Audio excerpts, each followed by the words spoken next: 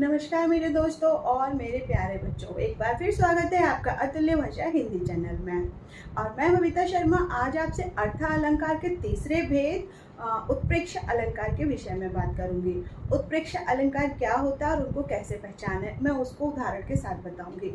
इसको जानने से पहले आप एक बात और मेरी जान लीजिए कि जिस प्रकार व्याकरण को शुरू करने से पहले हम संज्ञा जानते हैं, क्योंकि संज्ञा के बिना कुछ भी नहीं है। संज्ञा के बिना हम आगे की व्याकरण भी नहीं समझ सकते, न सर्वनाम, न विशेषण, न क्रिया विशेषण। उसी प्रकार से होते हैं अर्थ अलंकार। अर्थ अलंकार में आपने अगर उपमा को पहचान लिया, जिसमें उपमेय और उपमान के बारे में बताया गया है, तो उपमा अलंकार में उपमेय और उपमान की बात की जाती है। उसी तरह से रूपक अलंकार में उपमा और उपमान में अंतर नहीं होता, वो दोनों समान दिखते हैं। अगर आपने उपमा और रूपक अच्छे से जान लिया तो आप आगे के अर्थ अलंकारों के भेद इतनी अच्छी तरीके से जान जाएंगे, इतनी अच्छी तरीके से पहचान जाएंगे कि आप खुद चकित हो जाएंगे, अरे वाह, इसको जानना इतना सरल था। तो आइए हम अपना अर्थ अलंकार के तीसरे भेद को जानते हैं, जो है हमारा उत्प्रेक्ष अलंकार। तो उत्प्रेक्ष अलंकार की परिभाषा इस प्रकार है कि जहाँ पर उपमान के ना होने पर उपमेय को ही उपमान मान लिया जाता है, वहाँ उत्प्रेक्ष अलंकार होता है। ठीक है, उपमान और उपमेय के जानने के लिए आप एक बार मेरी पिछली वीडियो जरूर देखिएगा, आपको बहुत सरलता से समझ में आ जाएगा। तो उपमान के ना होने पर उपमेय को ही उपमान मान लिया जाता है, वहाँ पर उत्प्रेक्ष अलंकार होता है। यहाँ पर मैंने उदाहरणों को चेंज किया है, वो इसलिए कि जिससे कि आप और अधिक सरलता से अर्थ अलंकार में उत्प्रेक्षा को सीख पाएं। तो मेरा पहला उदाहरण है, पाहुन जो आए हो गांव में शहर के, मेघ आए बड़े बंठन के सज के सवर के। मेघ आए बड़े बंठन के सज के सवर के कविता बहुत खूबसूरत है, आप इसको जरूर सुनिएगा, ये मैंने शॉर्ट में डाली हुई है। तो पाहुन यहाँ पे अतिथि के लिए कहा गया है, और मेघ आप जानते ही हैं, मेघ आए बड़े बंठन के सज के सवर के। अब ऐसा जो शहर के लोग हैं, शहर का व्यक्ति है, वो हमारे गांव में आए हैं, तो ऐसा लग रहा है कि जैसे मेघ बंठन के सज के सवर के आए हो। तो पाहुन जो आए हो गांव में शहर के, बहुत सरल है और बहुत सरल इसके शब्द हैं, सरल ही इसकी व्याख्या है। जो अतिथि हमारे शहर से गांव में आए हैं, वो ऐसे लग रहे हैं जैसे मेघ आए हो बंठन के सज के सवर के। दूसरा उदाहरण है, कहती हुई यूं उत्तरा के नेत्र जल से भर गए, हिम के कणों पूर्ण मानो हो गए पंकज नए। हिम के कण, बर्फ के छोटे छोटे कण, उत्तरा आप जानते ही हैं, और नेत्र आंसू, जल यहाँ पर नेत्र आंखें और जल यहाँ पे आंसू के लिए कहा गया है। जब उत्तरा अपनी बात को कह रही हैं तो उनके जो नेत्र हैं वो आंसुओं से इस प्रकार भर गए जैसे कि हिम के कणों यानी बर्फ के कणों से पंकज नए हो गए हो, यानी पंकज कमल के फूल मानो हिम के कणों से भरकर नए हो गए हो। ठीक है, तो यहाँ पर मानो आया है।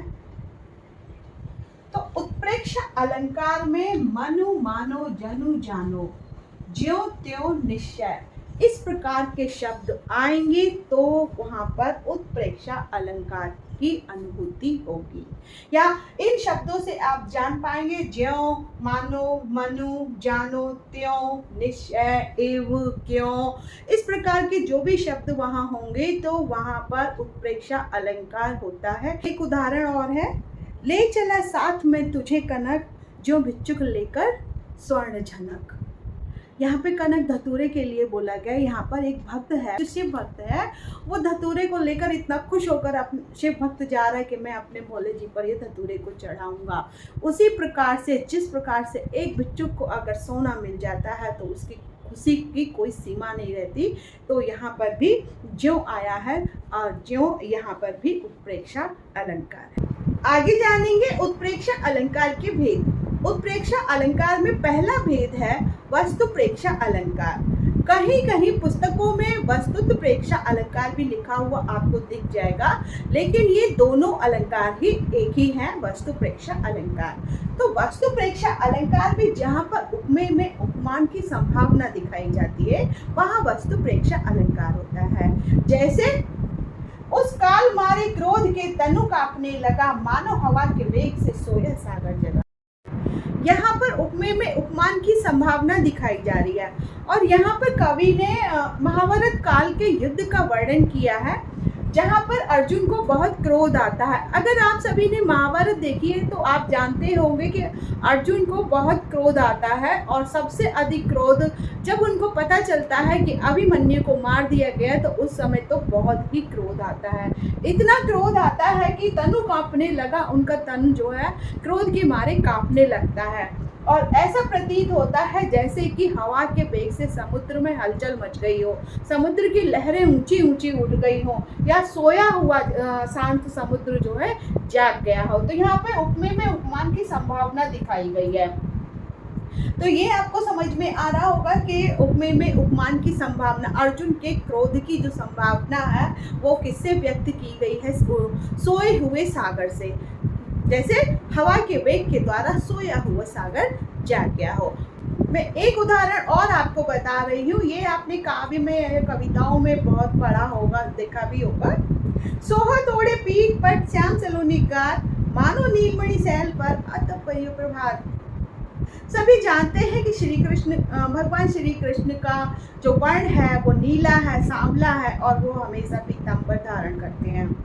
श्री कृष्ण के शरीर पर पीतांबर ऐसे लग रहा है कि जैसे नीलमणि पर्वत पर प्रभात काल की धूप शोभा पा रही हो।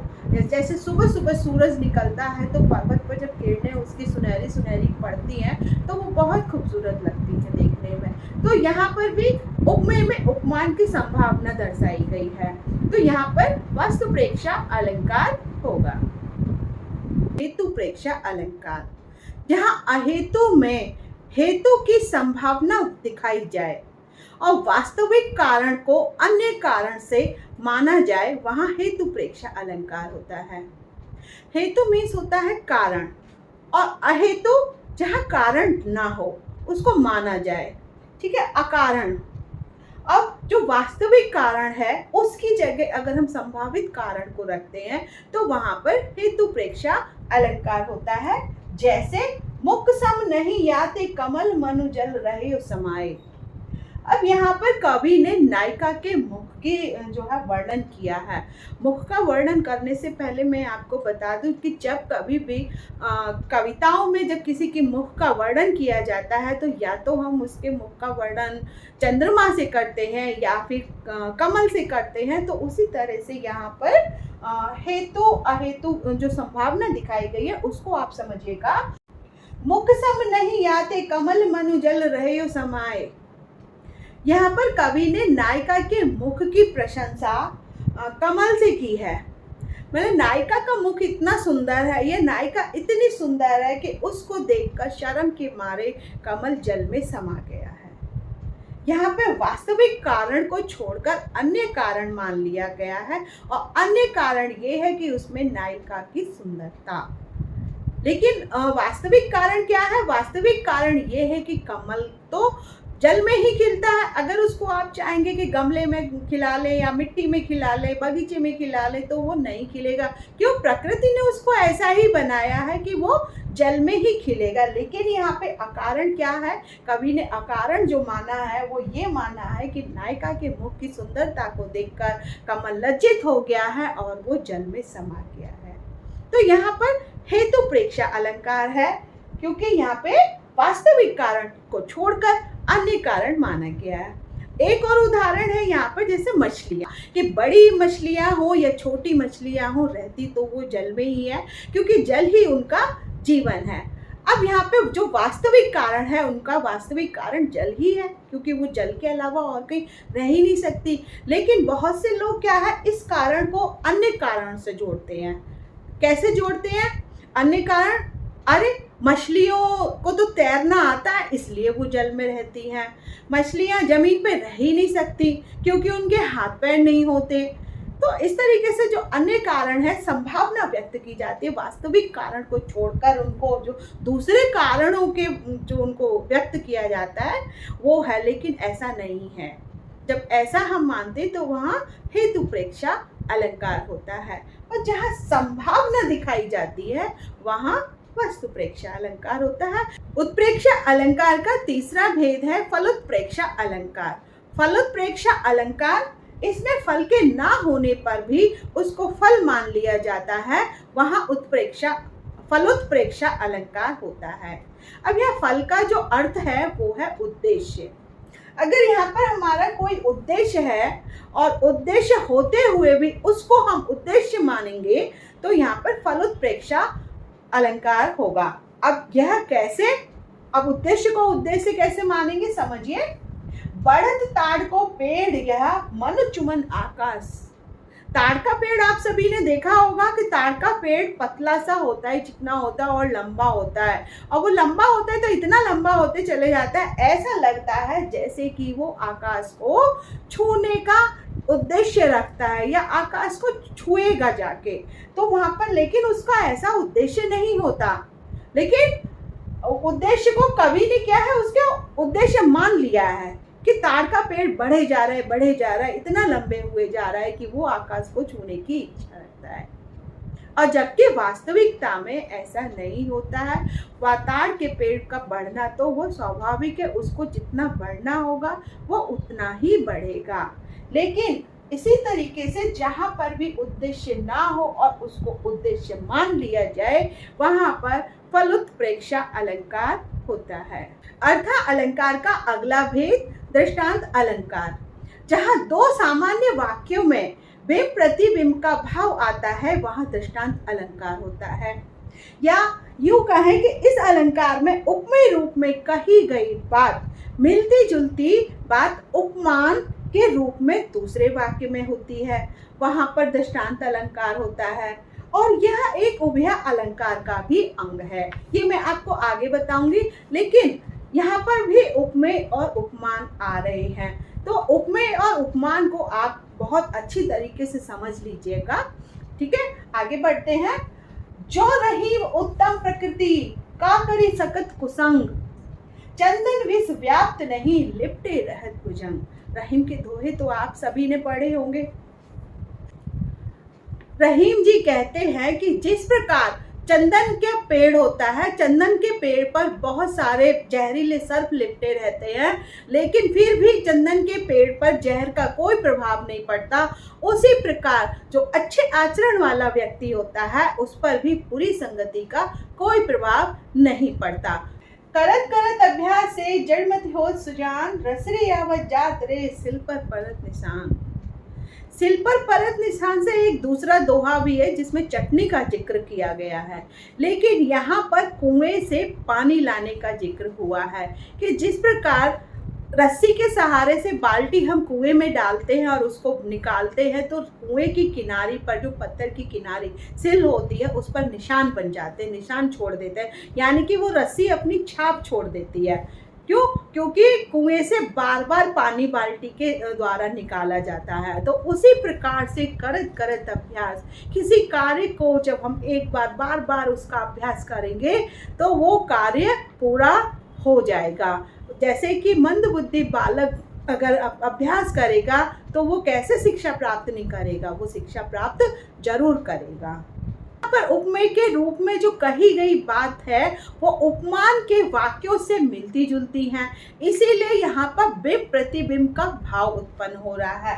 और दोनों ही लाइनों में जहाँ रहीम जी कह रहे हैं करत करत अभ्यास में यहाँ भी कह रहे हैं, तो यहाँ पर दोनों ही जो हैं दोनों में बिंब प्रतिबिंब, उपमेय और उपमान के बिंब प्रतिबिंब का भाव उत्पन्न हो रहा है। तो यहाँ पर दृष्टांत अलंकार है, यानी यहाँ पर दृष्टांत अलंकार की अनुभूति हो रही है। संदेह अलंकार, जैसे कि शब्द से समझ में आ रहा है संदेह, शक, किसी भी तरह का किसी भी वस्तु के लिए या वाक्य में संदेह का होना। जब उपमेय और उपमान में समानता देखकर निश्चय नहीं हो पाता कि उपमान वास्तव में उपमेय है या नहीं, जब ये दुविधा होती है तो वह संदेह अलंकार होता है। यानी कि उपमेय और उपमान में इन दोनों की समानता को देखकर जब हमें संदेह होता है क्या ये वास्तव में उपमेय है, तो वहां पर संदेह अलंकार होता है। संदेह अलंकार को पहचानने के कुछ आसान ट्रिक्स ये हैं कि जहां पर या अथवा कि, किन्हो, क्यों, क्या, इस तरीके के शब्द आएंगे तो वहां पर आप समझ जाइएगा कि यहाँ पर संदेह अलंकार है। ठीक है, उदाहरण देखते हैं। ये है सरस ओस की बूंदे हैं या मंजुल मोती हैं। अब यहाँ पर जो कवि कह रहे हैं कि मेरा ऐसा संदेह हो रहा है कि ये जो ओस की बूंदे हैं, ऐसा संदेह हो रहा है कि ये मंजुल मोती हैं। क्या ये ओस की बूंदे हैं या ये मंजुल मोती है या ये चमकदार मोती हैं? तो इसमें जो है मोती और ओस की बूंदों दोनों में उपमेय और उपमान समान हैं। ओस की बूंद भी चमकदार और गोल होती है और मोती भी चमकदार और गोल होता है। तो दोनों उपमेय और उपमान में यह संदेह है कि ये है सरस ओस की बूंदें या ये मंजुल मोती हैं। दूसरा है, ये खड़ग है या वो सतारा है। छत्रपति शिवाजी की जो राजधानी है वो है सतारा, जो महाराष्ट्र में उपस्थित है। तो यहाँ पर कवि कह रहे हैं ये खड़ग है या वो है सतारा। जो छत्रपति शिवाजी का जो खड़ग था इतनी चमकदार थी, इतना दूर से वो चमक रहा है कि संदेह हो रहा है कि ये शिवाजी की राजधानी है या उनका खड़ग है।